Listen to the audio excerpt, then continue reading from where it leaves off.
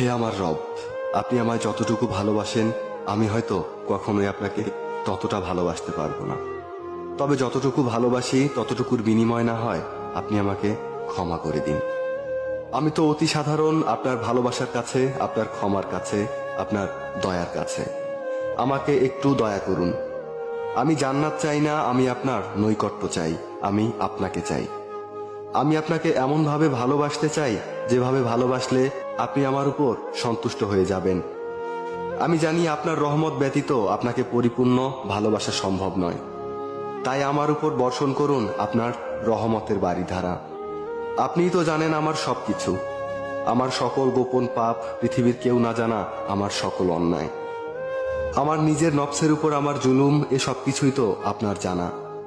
আমার এমন কোনো গোপনীয়তা নেই যেটা আপনি জানেন না।